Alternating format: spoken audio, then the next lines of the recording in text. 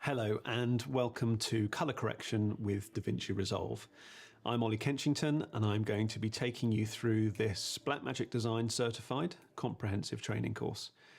If you haven't already seen them, I'd highly recommend you watch my Directing Colour and Mastering Colour courses first.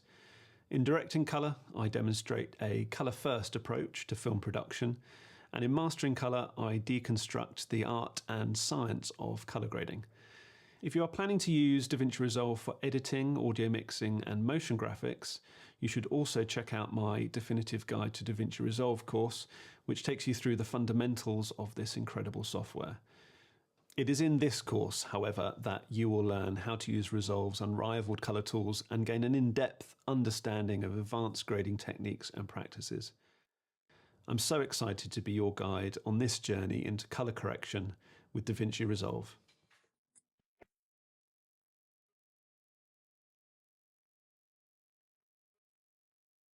Well, welcome to my own colour grading suite this time, and to part one of colour correction with DaVinci Resolve, where we will be focusing on establishing a strong practical foundation of primary and secondary grading techniques, with additional focus on balancing and matching media in preparation for creative grading. This course is divided into three distinct sections, each devoted to a different genre, and using three different project setup methods. The first method uses a timeline edited and archived in DaVinci Resolve. This is one of the most efficient methods for sharing and launching timelines that uses the original project file and its associated media. By restoring the .dra folder, you can be certain that you are seeing the timeline exactly as intended by the editor, with all of its transitions, layers, and retiming intact. Okay, so to import a .dra or a DaVinci Resolve archive, the first thing we need to do is to obviously launch DaVinci Resolve. If you haven't already, then give the application a click, make sure it's launched, and you should then see your project manager window. We're going to right click in the project manager window and we're going to choose to restore project archive. And you want to navigate to wherever the media is that you have downloaded for following along with this course. Mine is saved on the desktop in a folder called Colour Correction in DaVinci Resolve, and through there I can navigate to my BMD16cc Project 01 folder, and inside there I have my Project 01 Disunity Documentary.dra. So that .dra extension is what tells us that this is a DaVinci Resolve archive. If I give that a click, it will prompt me to open that, and you can see it loads that entire project in to my project manager. I'm going to double click on that project then to launch it. We're going to go to the color page. So if you're not currently in the color page, remember you can click on the page shortcuts at the bottom. We can go directly to the color page with a click down the bottom there. You can also, if you wish, get there by using the keyboard shortcut Shift-6. In fact, Shift-1 is our project manager where we've just come from. Shift-2 is media. Shift-3 is cut, Shift-4 is edit, Shift-5 is fusion. There will always be a slight delay as you go into the fusion page because it needs to load your project up into the separate fusion engine. Shift-6 into the color page, 7 is Fairlight, and Shift-8 is the deliver page. So Shift-6, we're going to work in the color page almost exclusively for this entire course, which is great for me. I did enjoy doing the Definitive Guide to DaVinci Resolve, but for me, it's all about the color page. So I'm very much looking forward to spending my whole time there this time. And we're going to start off by verifying that we are in the 01 main timeline. You can always tell which timeline is currently active because at the top of the viewer, which is in the middle of my screen here, it will tell you the name of the timeline. If you're in the wrong one, using the little disclosure triangle next to it will let you load up a different one. You can see here that there are actually 5 different iterations of this timeline Those are to help you. So if you get lost at any point or you start experimenting and then lose track of what I've been doing, you can always jump into a specific point, either through O1 main timeline where we start all the way through to the completed effects timeline at the end. So just verify that we have O1 main timeline as the name of the timeline that's open. Just as a tip, if I go back to the project manager, you can actually archive any project at any point by right-clicking the project thumbnail in the project manager and then choosing to export project archive. Doing that will consolidate your project file, your timelines, your media into a single folder that's ready for sharing or future archive.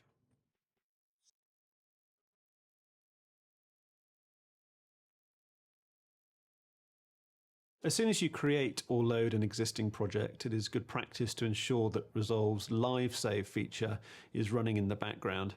Performing incremental background saves will keep track of every change you make to your project, as well as retain older variants of your project for future recall. So to do that, all we have to do is go up to DaVinci Resolve Preferences.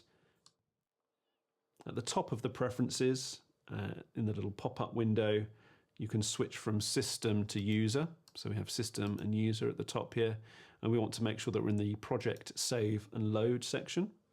By default, Live Save is enabled, so DaVinci Resolve will overwrite your active project every time you make a change, no matter how small.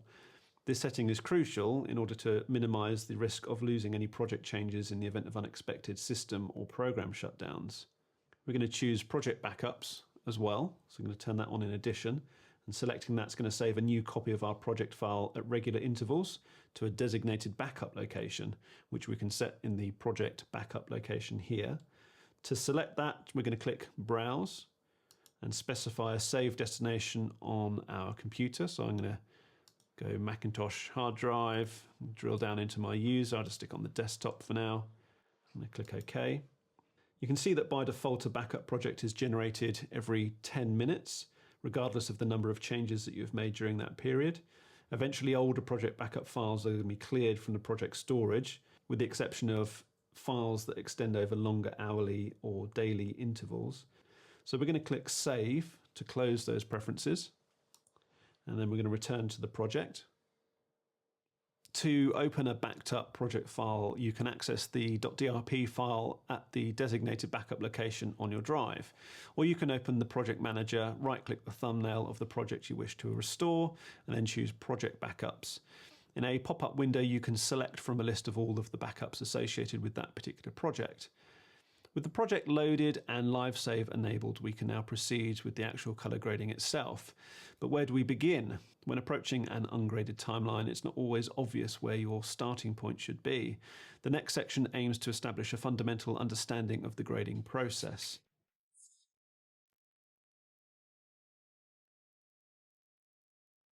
It is good practice to have a clear idea of what your workflow is before you begin grading. Your workflow is mostly informed by the project's content, but in general, before you can grade footage creatively, you must adjust shot luminance and chrominance to create a level starting point for your grade to work on top of. A single creative grade applied to 5 balanced and matched shots, for example, will establish a visual continuity that flows naturally from one shot to the next, whereas the same creative grade applied to unbalanced and mismatched shots will continue to reflect each shot's differences. This stage of grading is categorized as a primary grade because the entire frame of the image is adjusted. It is usually performed using techniques known as normalization, balancing, and shot matching. Normalization and balancing involve creating a neutral starting point for clips in the timeline by consistently adjusting the luminance levels of each and neutralizing any issues with their color balance.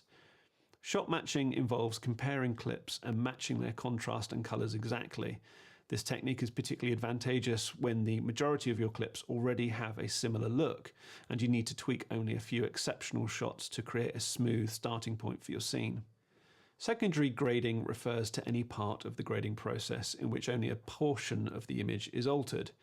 The potential for secondary grading is essentially limitless, but it is mainly achieved by two means: keying and masking.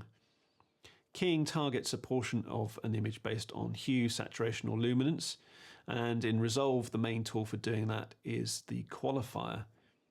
Masking employs geometric vector shapes to isolate a portion of an image.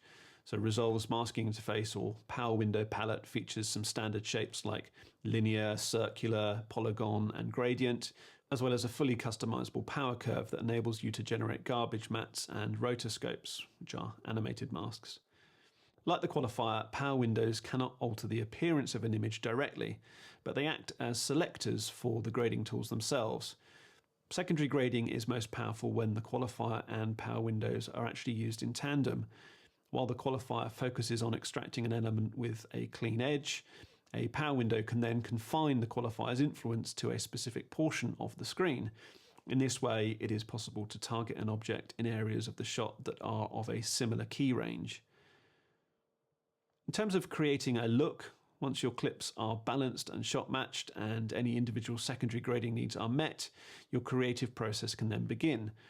When performing creative grading, you should carefully consider the emotional and narrative implications of the scene.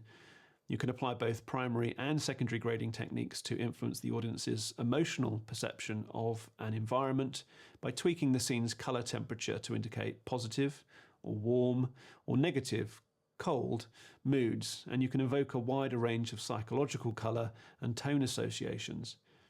Additionally, a creative grade can communicate practical narrative elements such as a change in location or time.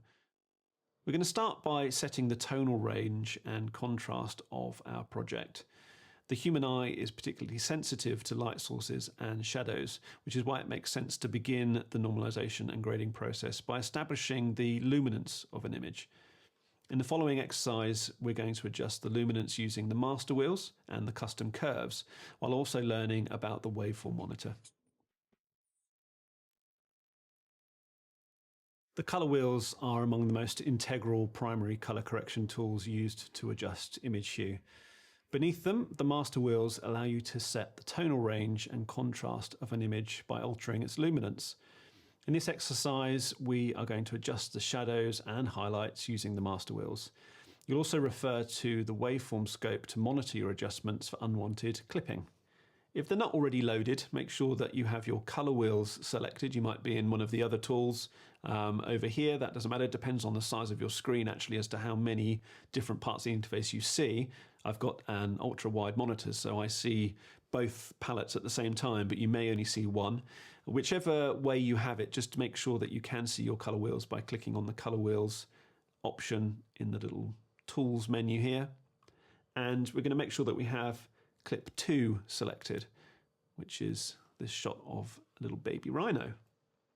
So in this exercise, we're going to adjust the shadows and highlights using the master wheels, and we're going to refer to the waveform scope to monitor the adjustments as we go. The palette in the lower right corner of DaVinci Resolve is currently set to the scopes on my screen. If it isn't, if you're seeing, for example, the keyframes, just make sure you have the scopes selected. And we want to make sure that we have our waveform monitor as the scope that we're seeing. Mine currently is set to vector scope. If I click on the little disclosure triangle, I can come down into the waveform option, and that will replace the vector scope with the waveform monitor. So the waveform scope displays the luminance, and at this time it's also showing the color channel values at the same time. So that I can focus on just the luma, I'm actually going to come into my options here and going to tell it to, instead of showing me the RGB waveform, to actually just show me the Y waveform. Y in this case represents the luma component, so it means no red, green and blue information, but just luminance information. So by selecting Y, we end up seeing a simplified and aggregated waveform monitor that represents the total luminance of my image. We have covered waveform monitors in my other courses, but as a quick refresher, we have up the y-axis here a data value scale. So this is actually showing a 10-bit data value scale. Other programs you may have used may represent this as IRE, so from 0 to 100. It is showing different units. Rather than IRE, we have this data code values here, but it is essentially showing us at the bottom of the display black, so 0 in a 10-bit depth signal, and then the top represents the whitest white, so the brightest white we can have, which is 1023 in a 10-bit scale. Everything between then represents the full midtones range of the image, The x-axis, or horizontal axis, represents the image itself. So from left to right, it's plotting our image from left to right. That makes it very easy to then spot certain features in your video in the scopes. And once you know where they are in the scopes, you can then monitor where they're moving to as you make your adjustments. One other thing I can do in my options here is I can turn on and off colorize. Now, colorize, when it's on, will actually make the traces of the scope the color of the object they represent, which may be particularly useful to you, it may not. If I turn colorize off, it just uniformly becomes white across the whole scope. When initially normalizing footage, a good starting point is to ensure that the shadows are floating at around about 5 to 10%, which would be IRE, and that would be just between 0 and 128 on the data values here. And then pure white highlights, if you have any, should stop well under the 1023 value, ideally around the sort of 90 to 100% value up here. That leaves that remaining 10% as headroom for super white elements such as blown out headlights, lens flares, metallic specular highlights, and other objects that extend into those upper reaches of Rec. 709's highlights. Let's come over to our color wheels, and if you've done any of my other courses, you should be familiar already with how these work, but a quick summary again. We have lift, gamma, and gain, so essentially our bottom part of the signal, our shadows if you like, our gamma being our midtones, and our gain being our highlights. Now, not to be confused with the log range, which is labeled as shadow, midtones, and highlights. In my Mastering Color course, and I believe also in the Definitive Guide to DaVinci Resolve, I have talked to you about the overlap, the ranges of influence between these two different sets of controls. For now, we're going to just bear in mind that lift predominantly affects the shadows, gamma predominantly affects the midtones, and gain predominantly affects the highlights, but there is quite a big overlap, which is a good thing when we're doing a primary correction. So with this particular image, we can see that the darkest part of the image, which is actually probably this deep shadow just near the left-hand edge of the image, is represented here on the scope by these traces down here. This is a black. There is no data here. There's nothing that we want to see in this area. It should be at black, and we can see it's slightly elevated. That's fine, but we're going to use the lift master wheel. We're going to click and drag that left, and we're going to bring down those lower parts of the traces until they are just sat above 0. We don't want to overdo this at this stage. It's really important that we are being very conservative. So anything that's true black, we want to just sit on 0. If it starts to go on or beneath 0, then you are starting to overly crush details out of those shadows. That may well be something that you want to do later on. But at this early stage, we want to be more protective of all of those ranges of information in the shadows and also in the highlights. So we've dragged our lift master wheel to the left to darken those shadows, and you should have noticed those 3 areas of the graph that represent the darkest parts, which are in fact here, here, and here. They've now dropped. If I disable, so I'm just using Command D, this would be Control D on Windows, you can see that being enabled and disabled. So you can see the change that we've made bringing those shadows down. So we're now going to use the gain master wheel. So we're going to come over to gain. Remember that mainly targets the highlights. And we're going to drag the gain master wheel to the right to brighten the lighter areas of the image. We're going to brighten that up until the skin, you can just see the edge of this person's thumb here, which is actually the brightest part of the image. If we look, you can see that that is represented as this part of the traces. We're just going to drag that until that's sitting between 50 and 75% of the way up. So I would say if you get that placed just around about the sort of 768 area on our waveform monitor, that should be fairly good. Maybe actually come up just a touch more. And you can see the image is now getting much more contrast pushed in as a result of lowering the shadows and raising the highlights. We are, by definition, increasing the contrast of our image, and it looks more pleasing, it looks more punchy now. So you'll notice that we are specifically using context here to lead our decisions. We're not arbitrarily putting the bottom of the traces at 0 and the top of the traces at 100. You have to think about the context. We have nothing in this image that's pure white. The closest thing we've got to pure black is this deep dark shadow over here. So we're not just making decisions about what the image looks like based purely on the scopes. We're thinking about what's the content, what have we actually got, where should it be placed, and then we're putting it there with our master wheels. And we have a much more pleasing, much higher contrast image now ready for us to build on top of. We still have the gamma though. Now the gamma, once you've pinned your black point and your white point, the gamma is very good for then shifting the weight of the image both up and down. So we can either make it quite a nice bright image or quite a dark and moody image. We can shift the sort of tonal weight of the image left and right, up and down using our gamma master wheels. Where you place this, I'm going to leave to you. You can either decide to have this a nice bright image or a dark and sort of moody image. I'm actually going to leave that decision to you. I'm going to make it slightly brighter, but not too much. Once you've got the black point and the white point set roughly where you want them, and you've used the gamma controls to shift the weight of the overall tonal range of the image, it's normally then a good idea to think about contrast using the contrast controls in the color wheels. You should find them in the first page of additional tools at the bottom of the color wheels palette. Contrast is the first one you come to. And if you watch carefully in the waveform as I adjust my contrast, you can see how across the middle, it's being stretched up and down. It's literally stretching up and down at the same time. And it's doing a great job of introducing more dynamic contrast whilst more or less holding that middle point in the image across that middle 512. Now we don't want to overdo this. I'm going to just creep the contrast up just a touch. And when I feel like it's looking kind of how I want it, I can then use the pivot control to actually shift that middle point. So I can make it so instead of it stretching directly from the middle, I can have it stretching at the top, at the bottom. What I'm actually doing is I'm changing the pivot point. If you imagine we've just drawn an S curve in the curves, I'm actually changing the middle point either up or down the curve. So I'm shifting the weight above or below that middle point. I find if we shift this down a little bit and then actually increase the contrast a tiny bit more, we actually get quite a nice, quite dynamic image at that point.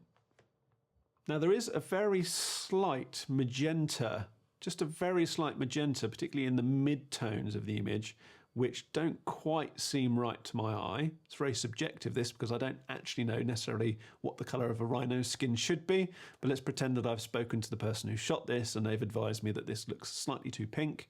So I can adjust that with my tint controls. If I come back down, this is in this second page of additional tools in the color wheels.